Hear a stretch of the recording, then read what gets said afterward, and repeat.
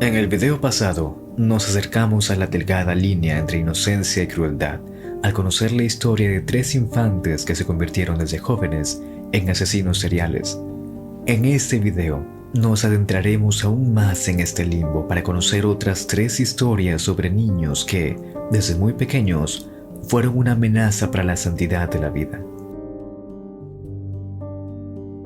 La primera historia que veremos es en realidad un caso particular, pues roza los límites entre la tragedia y la injusticia de la vida.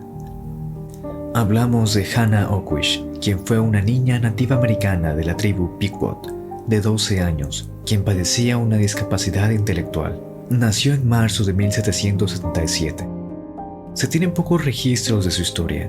El primer incidente ocurrió cuando de pequeña, junto a su hermano, casi matan a golpes a otra niña, llevándola lejos del vecindario para robarle un collar de oro. Se decía que la madre de la niña era alguien abandonada a los vicios del alcohol.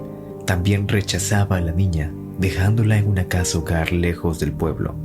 Su historia empeora cuando, en la mañana del 21 de julio de 1786, Eunice Bowles, de 6 años, fue encontrada sin vida en una calle entre New London y Norwich. La niña era la hija de un agricultor rico en el vecindario, así que la localidad entera se dispuso en busca del perpetrador. Cuando le preguntaron a Hannah, dijo que vio a 4 niños corriendo cerca de la escena del crimen, pero luego de una intensa búsqueda, no había indicio de esos niños. Hannah fue interrogada de nuevo y fue llevada a la casa de la familia de la niña. Ya frente al cuerpo sin vida de Eunice, fue acusada de asesinato y ella estalló en lágrimas, confesando el crimen. Sucede que, un mes antes, durante unas festividades en el vecindario, Eunice acusó a Hannah de haber robado frutas, quien prometió vengarse. Y un día, al ver a su pequeña enemiga camino a la escuela una mañana, Hannah engañó a Eunice con un regalo de tela, llevándola lejos del camino, donde la ahorcó hasta la muerte. Encontraron a Hannah culpable y la sentenciaron a la pena de muerte. A pesar de su corta edad, la ley de la época no consideraba que la niñez fuera un factor mitigante. El día de la ejecución, la pequeña no paraba de llorar, mientras su ansiedad crecía al acercarse la hora. Las personas que presenciaban la ejecución reportaban que Hannah se veía muy asustada y parecía querer que alguien la ayude. Y momentos antes de ser ejecutada, le agradeció al sheriff por su amabilidad y dio un paso adelante para ser colgada.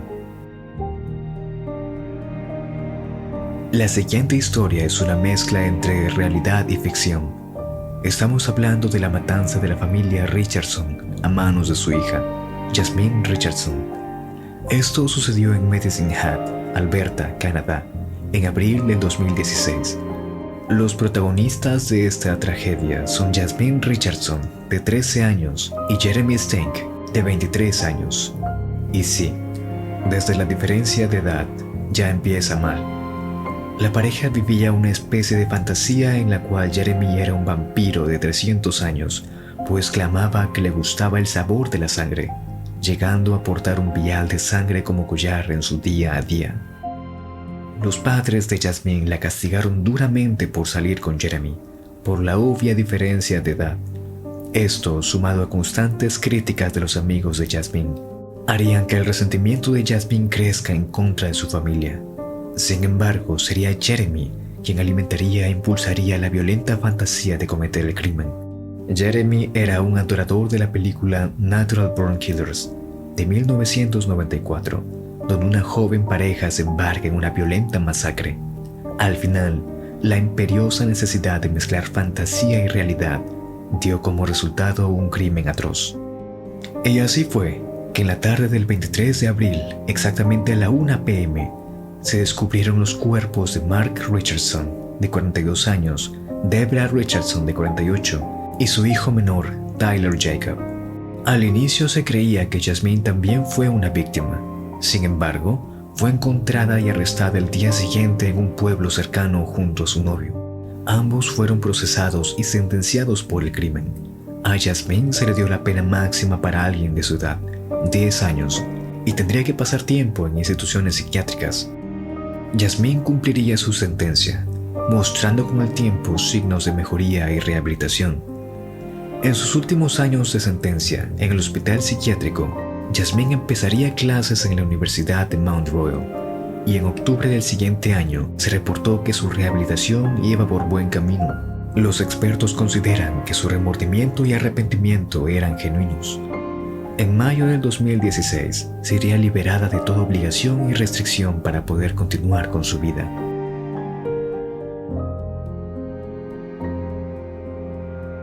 El último personaje que veremos es Lionel Alexander Tate, cuya historia ha desconcertado a la gente durante muchos años. Lionel fue condenado por asesinato en primer grado cuando tenía solo 13 años, después de que golpeara y pisoteara hasta la muerte a Tiffany Unick, una niña de 6 años.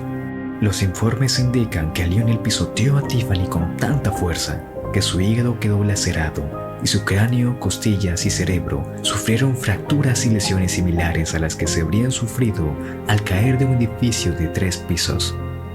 La sentencia fue muy controvertida, ya que Lionel era solo un niño de 12 años en el momento del asesinato y fue condenado a cadena perpetua sin posibilidad de libertad condicional.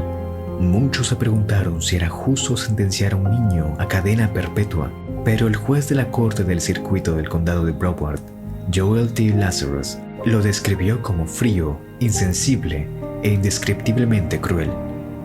Sin embargo, la sentencia fue anulada en 2004, ya que no se había evaluado la capacidad mental de Lionel antes del juicio. A pesar de que la fiscalía se unió a la petición de indulgencia de Lionel y se ofreció a ayudar en su apelación, Lionel fue acusado de robo a mano armada en 2005.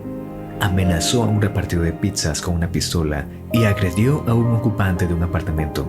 Fue sentenciado a 30 años de prisión en 2006 y aunque retiró su declaración de culpabilidad por robo, finalmente fue sentenciado a 30 años de prisión por violar su libertad condicional en 2007. En 2008, Lionel fue sentenciado a 10 años en una prisión estatal por un robo en el que no refutó su participación. Ahora está cumpliendo su condena en la institución correccional de Charlotte. Estas 3 historias son tristes muestras de cómo los actos de un niño, ya sea influenciados por su crianza o el azar, pueden tener consecuencias devastadoras y duraderas cuando siguen un mal camino. Y quizás esas historias hubieran podido ser diferentes si tan solo las circunstancias de los infantes hubieran sido mejores, si quizás hubieran recibido un poco más de amor. Yo soy Narrative y nos vemos al rato.